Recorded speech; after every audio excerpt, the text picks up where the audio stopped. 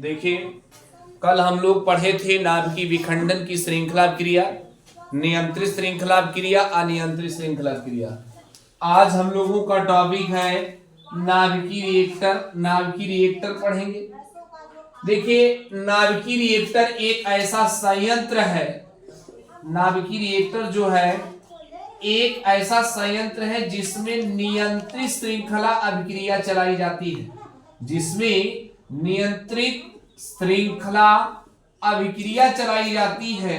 और जब नियंत्रित श्रृंखला अभिक्रिया चलाई जाती है तो इससे आपको जो ऊर्जा मिलेगी उस ऊर्जा लगभग 200 मिलियन इलेक्ट्रॉन वोल्ट ऊर्जा मिलती है, और उस ऊर्जा से कई महत्वपूर्ण उपयोगी कार्य किए जाते हैं। तो आप बताएंगे कि नाभिकीय रिएक्टर एक ऐसा संयंत्र है जिसमें नियंत्रित श्रृंखला अभिक्रिया चलाई जाती है, और उस नियंत्रित श्रृंखला अभिक्रिया से उत्पन्न ऊर्जा से कई महत्वपूर्ण कार्य किए जाते हैं। ये नाभिकीय रिएक्टर हो गया। अब नाभिकीय रिएक्टर के प्रमुख भाग देखिए। सबसे पहला भाग आपका है ईंधन। ईंधन क्या होता है? देखिए, ईंधन किसे कहते हैं? यूरेनियम 235 तथा प्लूटोनियम 239। ये देखिए, ये नाभिकीय रिएक्टर का सबसे प्रमुख भाग है। और यूरेनियम 235 प्लूटोनियम 239 जो है ये विखंडनीय पदार्थ है, और यही नाभिकीय रिएक्टर में प्रयुक्त विखंडनीय पदार्थ यूरेनियम 235 और प्लूटोनियम 239 यही ईंधन कहलाता है। ईंधन है क्या? आप यही बताइए कि जो ये नाभिकीय रिएक्टर होता है इसमें प्रयुक्त जो यूरेनियम 235 और प्लूटोनियम 239 ये क्या कहलाता है? ईंधन कहलाता है। दूसरा भाग देखिए, इसका हम लोग पढ़ेंगे मंदक। मंदक क्या होता है? मंदक कहते किसे हैं? जब कल हमने बताया था कि यूरेनियम 235 है, जब उसका विखंडन होता है न्यूट्रॉन के द्वारा तो तीव्रगामी न्यूट्रॉन निकलते हैं। तो आप यही बताएंगे कि जब नाभिकीय विखंडन की श्रृंखला क्रिया प्रारंभ होगी, यूरेनियम का जब विखंडन होगा तो यूरेनियम का विखंडन होने पर तीव्रगामी न्यूट्रॉन निकलते हैं। तीव्रगामी न्यूट्रॉन।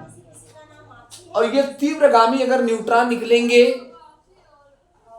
तो ये यूरेनियम का जो अन्य नाभिक रहेगा उसको पार कर सकते हैं। तो इसलिए इनकी गति को मंद किया जाता है, और इनकी गति को मंद करने के लिए भारी जल या ग्रेफाइट, देखिए ये भारी जल हमने दिखाया, भारी जल या इसमें ग्रेफाइट की छड़ों का प्रयोग किया, और उसी को हम मंदक कहते हैं। और ये कंपटीशन परीक्षा में पूछा जाता है सबसे अच्छा मंदक कौन होता? भारी जल यानी D2 होता है। ये परीक्षा में TGT में भी पूछा गया है सबसे अच्छा मंदक कौन है, तो सबसे अच्छा मंदक जो होता भारी जल D2O होता है। तो आप बताएंगे नाभिकीय विखंडन की श्रृंखला क्रिया जब होती है तो उनमें तीव्रगामी न्यूट्रॉन निकलता है, और तीव्रगामी न्यूट्रॉन की गति को मंद करने के लिए भारी जल ग्रेफाइट की छड़ों का प्रयोग किया जाता है, जिससे न्यूट्रॉन की गति मंद हो जाती है, और इन्हीं को हम मंदक कहते हैं। सबसे अच्छा भारी जल क्या कहलाता है? D2O है। भारी जल सबसे अच्छा मंदक है। तीसरा आप पढ़ेंगे शीतलक। तीसरा आप पढ़ेंगे शीतलक। शीतलक की क्या डिफिनीशन है?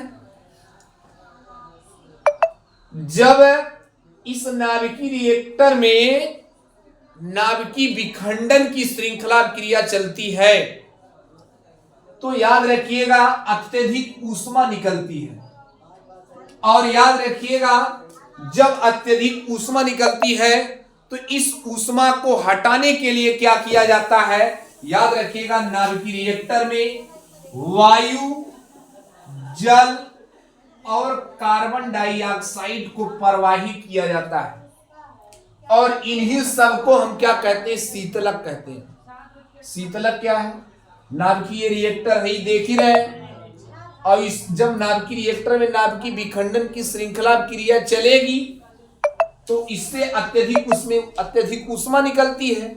और उस ऊष्मा को हटाने के लिए नाभिकीय रिएक्टर में वायु हो गया, जल हो गया, कार्बन डाइऑक्साइड हो गया, यही सब प्रवाहित किया जाता है और जिसे हम शीतलक कहते हैं।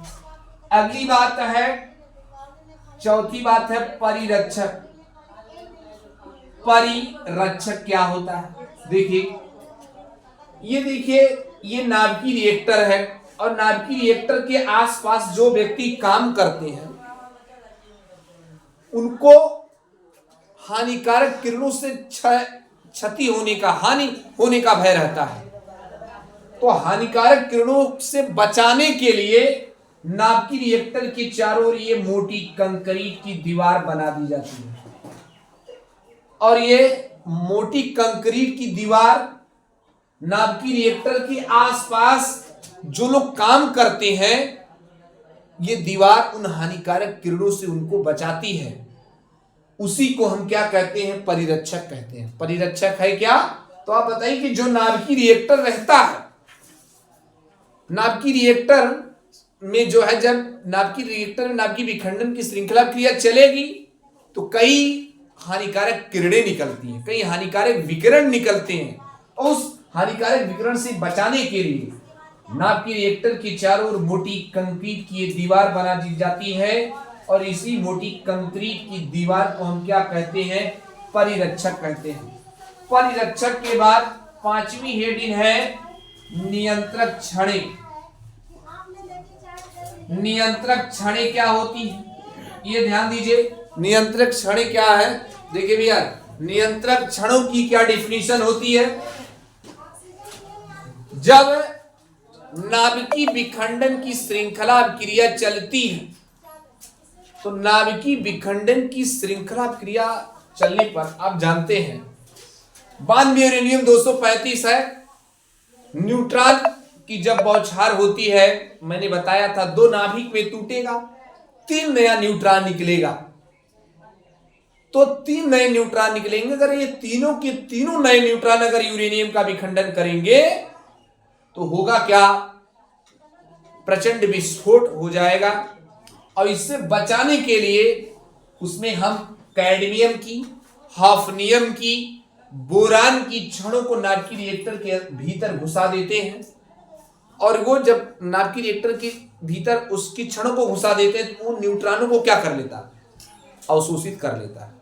केवल एक न्यूट्रॉन को रखा जाता है और वही नाभिकीय विखंडन की श्रृंखला क्रिया को जारी रखता है।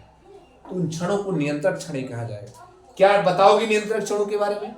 आप बताएंगे कि नाभिकीय रिएक्टर है और उसमें जब नाभिकीय विखंडन की श्रृंखला क्रिया होगी तो तीव्रगामी न्यूट्रॉन निकलेगा और उस तीव्रगामी न्यूट्रॉन की बढ़ी हुई संख्या को अवशोषित करने के लिए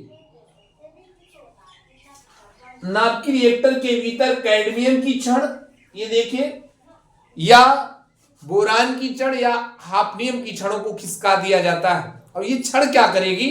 न्यूट्रॉन की बढ़ी हुई संख्या को अवशोषित कर लेती है और जिससे केवल एक न्यूट्रॉन नाभिकीय विखंडन की श्रृंखला क्रिया की दर को जारी रखता है। इन क्षणों को हम क्या कहते हैं? नियंत्रक क्षण। पांचवा हो गया। छठवां हम लोग पढ़ेंगे सुरक्षा क्षण। सुरक्षा क्षण क्या होती है? देखिए, सुरक्षा क्षणों के बारे में आप लोग ये बताएंगे। देखिए क्या कि जैसे आपातकालीन में अगर किसी कारणवश नाभिकीय रिएक्टर बहुत तेजी से चलने लगे तो नाभिकीय रिएक्टर बहुत तेजी से चलने लगेगा तो जिससे विस्फोट होने की संभावना रहती है।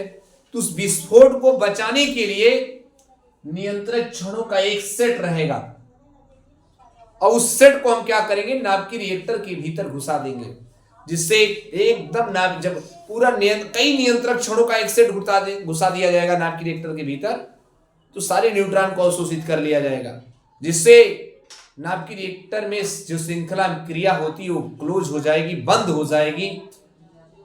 ये चीज आपातकालीन में होता है। आइए, ये तो हमने इसके प्रमुख भागों को पढ़ लिया। इसके बाद हम लोग इसमें पढ़ेंगे रचना के बारे में। नाभिकीय रिएक्टर में देखिए, ये ग्रेफाइट की ईंटों का बना हुआ ब्लॉक होता है और उस ग्रेफाइट की ईंटों के बने हुए ब्लॉक में ये देखिए, ये यूरेनियम की छड़ लगी होती है। ये देखिए, ये और ये यूरेनियम की छड़ लगी होती है और उसमें ये कैडमियम की छड़ भी होती है। ये तो आप जानते हैं। अब इसके कार्यविधि के बारे में हम लोग बताएंगे। कार्यविधि के बारे में यही बताएंगे, कार्यविधि है क्या। देखिए, कार्यविधि में यही बताएंगे। नाभिकीय रिएक्टर को जिस समय ये चलाना होता है, तो नाभिकीय रिएक्टर को चलाने के लिए किसी बाह्य स्रोत की आवश्यकता नहीं होती है। इसमें पहले से कुछ न्यूट्रॉन रहेंगे और पहले से कुछ न्यूट्रॉन रहते हैं, तो नाभिकीय रिएक्टर को चलाने के लिए हम क्या करते हैं, एक कैडमियम की छड़ों को बाहर खींच लिया जाता है और जब कैडमियम की छड़ों को बाहर खींच लिया जाता है तो जो न्यूट्रॉन रहते हैं वो यूरेनियम का विखंडन करने लगते हैं और जब यूरेनियम का विखंडन करने लगते हैं तो श्रृंखला क्रिया प्रारंभ हो जाती है। और जब श्रृंखला क्रिया प्रारंभ हो जाती है तो अगर न्यूट्रॉनों की बढ़ी हुई संख्या है तो उन न्यूट्रॉनों की बढ़ी हुई संख्या को नियंत्रित करने के लिए एक कैडमियम की छड़ों को हम क्या करते हैं, फिर भीतर खिसका देते हैं। और जब फिर कैडमियम की छड़ को भीतर आप खिसका देंगे तो क्या होता है कि जो न्यूट्रॉन की बढ़ी हुई संख्या वो अवशोषित हो जाती है। एक न्यूट्रॉन रहेगा, नाभिकीय विखंडन की श्रृंखला क्रिया को जारी रखेगा। इस प्रकार नाभिकीय रिएक्टर में श्रृंखला क्रिया चलाई जाती है। देखिए, अगर इसको हम लोग फिजिक्स लेवल पे पढ़ेंगे तो बहुत लेंदी है, जो कि पीजीटी वगैरह में है। लेकिन अगर आप जो है क्या नाम है केमिस्ट्री लेवल पे पढ़ेंगे तो केमिस्ट्री लेवल पे आपका केवल यहीं तक है, इसके आगे की चीजें नहीं है। और फिजिक्स लेवल पे तो आगे चलकर बहुत ही है, जो पीजीटी की फिजिक्स में पूछा जाता है उसमें इसका और हाई लेवल पे दिया गया है। इस प्रकार आज हम लोग नाभिकीय रिएक्टर पढ़ लिए, कल हम लोग नाभिकीय संलयन पढ़ेंगे।